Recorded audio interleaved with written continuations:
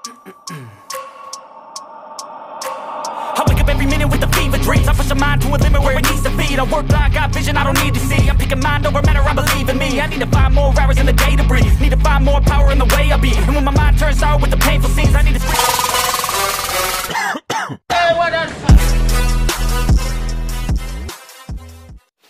Assalamualaikum warahmatullahi wabarakatuh. Oke teman-teman, jadi langsung saja untuk membuat warna seperti yang tadi ada di opening di depan ya. Dasarnya warnanya hitam, dan ini untuk medianya full set motor NMAX 155 dengan kondisi ada sebagian yang pernah dicat dan ada sebagian yang belum pernah dicat. Untuk warna hitam yang saya gunakan, saya menggunakan cat warna dasar hitam piu. Alasannya adalah saya mengejar cepatnya. Jadi kondisi sore kita dasar untuk warna hitamnya, sebenarnya jeda 1 jam ini sudah bisa kita aplikasikan untuk warna di atasnya ya, karena cat PU nya memang cepat kering. Berhubung di sini kondisinya nggak memungkinkan ya, setelah pengaplikasian warna hitam baru keesokan paginya kita aplikasikan warna siralik di atasnya.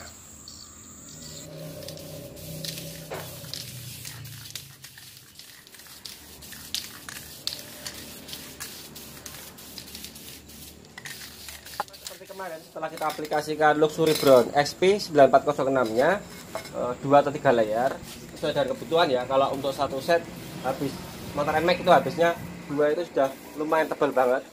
Dan berikutnya untuk warna candy tone di atasnya teman-teman bisa menggunakan warna candy tone orange ataupun candy tone merah. Untuk candy tone orange kodenya ini. Dan di sini saya akan menyampaikan sedikit kabar kepada teman-teman di toner bahwa ada produk baru yang belum sempat saya review, yaitu ini warna copper FG9614 bintang 1 dan rose gold SC9250 bintang 3 serta high temp dengan warna bronze atau warna emas seperti ini ya high tempnya.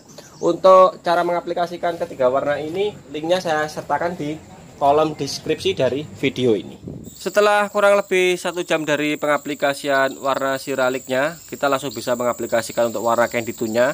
Dan untuk yang project saya kerjakan ini, warna candy tone-nya saya menggunakan warna candy tone jenis piu ya, warna candy tone orange. Kalau warnanya sama kurang lebih dengan warna di tone premium. Untuk warna candy tone piu orange-nya ini, basisnya kurang lebih sama dengan warnanya Ninja 150 RR ya.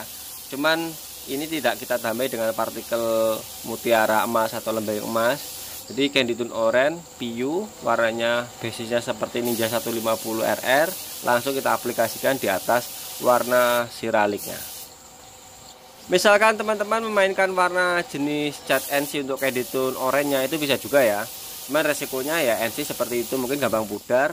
Karena kita ini rencananya langsung kita aplikasikan clear coat di atasnya dan tanpa kita campuri dengan tinta warna hitam atau cat warna hitam, makanya saya memilih alternatif menggunakan cat orange jenis piu basis dari Ninja RR 150.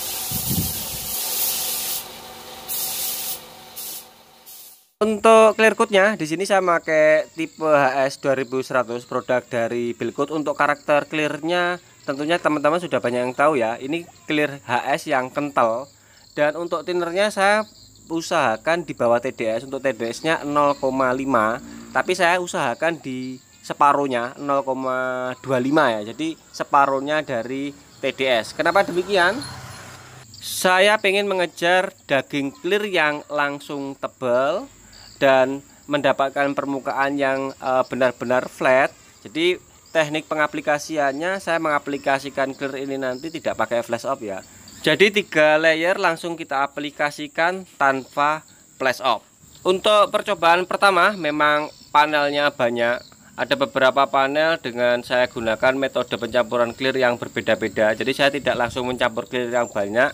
Saya mulai dari mungkin kisaran di angka 0,40 0,30 sampai menemukan titik terakhir atau panel yang terakhir itu di angka 0,25 untuk thinnernya.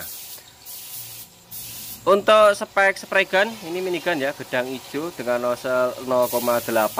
Kanan angin yang saya gunakan antara 50 atau 55 PSI ya. Dan di percobaan pertama di mix rasio thinner 0,40 ternyata masih enak. Kemudian di panel berikutnya saya coba lagi 3 layer tanpa flash off dengan mix ratio thinner yang saya kurangi lagi di angka 0,40 sampai dengan menemukan di 0,25. Ternyata spreganya masih juga lumayan enak meskipun agak berbet sedikit. Mungkin saya belum berani buka jarumnya terlalu full ya. Untuk target saya dengan clear Belcoat 2100 HS ini adalah di mix ratio thinner 0,00 ya. Kenapa demikian? Ini sebenarnya challenge ya atau tantangan dari channel sebelah untuk mengaplikasikan HS 2100 tanpa thinner. Cuman alasannya memang bisa dilogika karena thinner memang sampah ya. Ujung-ujungnya thinner ini juga akan menguap atau terbuang sia-sia. Jadi kalau kita bisa mengaplikasikan clear coat tanpa thinner, ini akan sangat diuntungkan banget. Pertama, daging langsung dapat tebal. Untuk resiko mewek tentunya akan lebih kecil karena nggak ada thinner. Resiko popping juga akan lebih kecil. Tapi meskipun tanpa thinner, sebenarnya resiko popping juga bisa terjadi ya.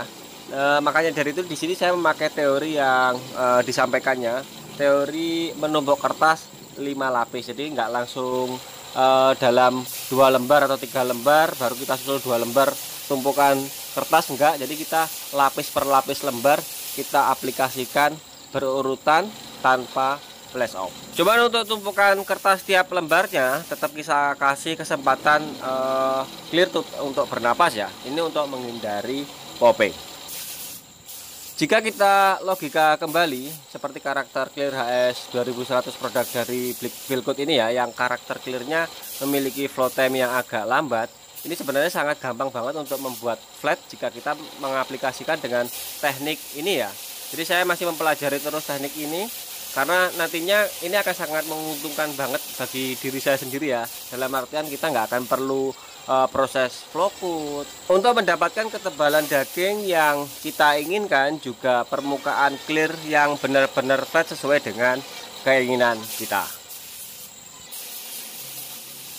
Dengan teori seperti gini, kita memang dituntut teknik pengaplikasian yang harus benar-benar disiplin ya, mulai dari overlap, terus setelah spregan, terus teknik aplikasian atau ritme yang harus kita buat cepat. Kalau nggak seperti gitu, telat sedikit ya memang kita resikonya akan sangat besar ya. Mungkin ya itu tadi leleh, atau mungkin juga bisa popping, jerukannya besar-besar, ataupun juga mungkin juga bisa maser ya jika jarak tembak kita tidak konsisten atau terlalu jauh.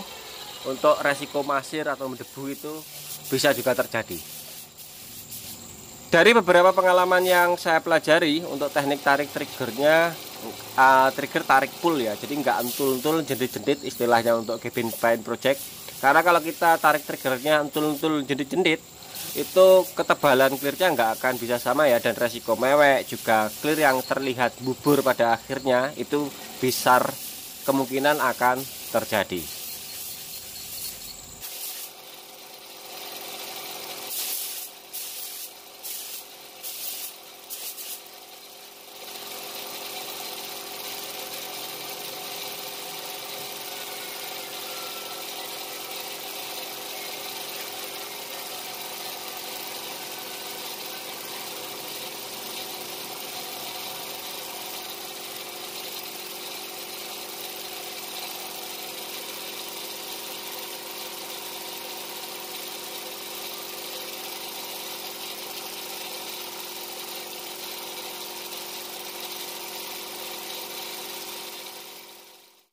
Oke, kita lihat hasilnya setelah proses pengaplikasian tadi. Ini di sini setengah 9. Tadi saya mengaplikasikan sekitaran jam 6 sore. Untuk clearnya sudah relatif kering lah, kering sentuh. Ini panel yang saya aplikasikan dengan thinner perkiraan tadi di angka 30% ke 25% panel ini, tapi nggak sempat saya rekam untuk mix campur clearnya dan juga proses aplikasinya. Layarnya juga 3 layer tanpa flash off, aman dari leleh.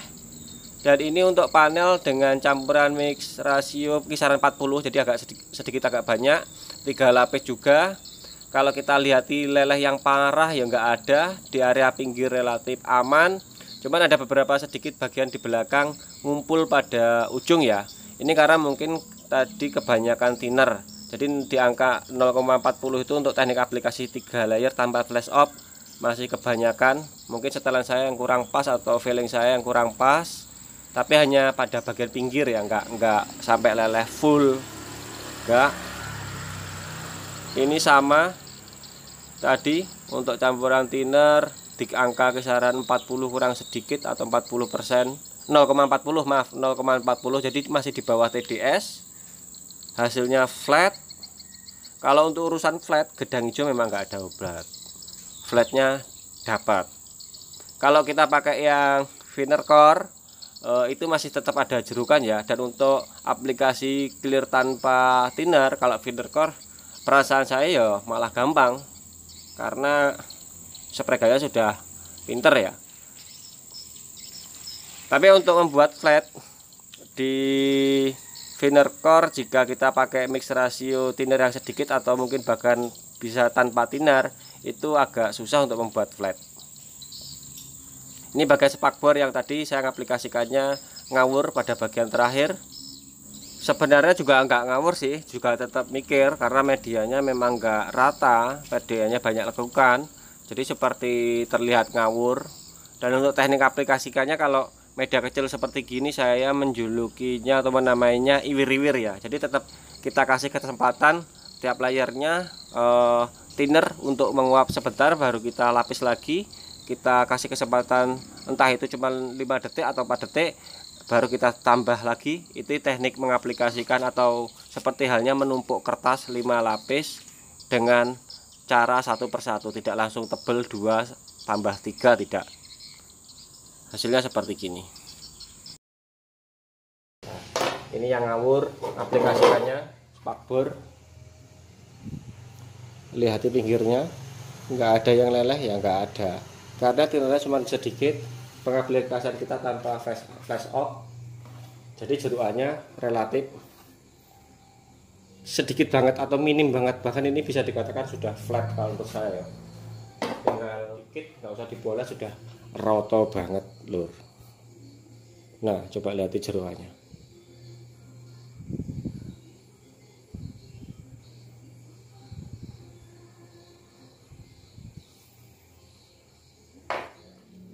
Lihat di pinggirannya, apakah ada yang leleh? Nggak ada yang leleh ya. Sayangnya motor ini kemarin langsung mau diambil ya, saya yang punya. Jadi paginya itu langsung saya pasangi. Rencananya sore ini mau diambil karena kebetulan yang punya agak lumayan jauh. Dan saya nggak sempat ngambil video ketika tengah hari atau siangnya. Dapat kesempatan ambil video itu hanya sore hari ketika motornya mau diambil. Oke, sekian dari saya. Mudah-mudahan video ini ada manfaatnya bagi teman-teman dan juga bagi saya pribadi. Saya akan terus berusaha untuk memecahkan challenge atau tantangan dari channel sebelah untuk mengaplikasikan Clear HS 2100 tanpa thinner dengan menggunakan spray gun kecil.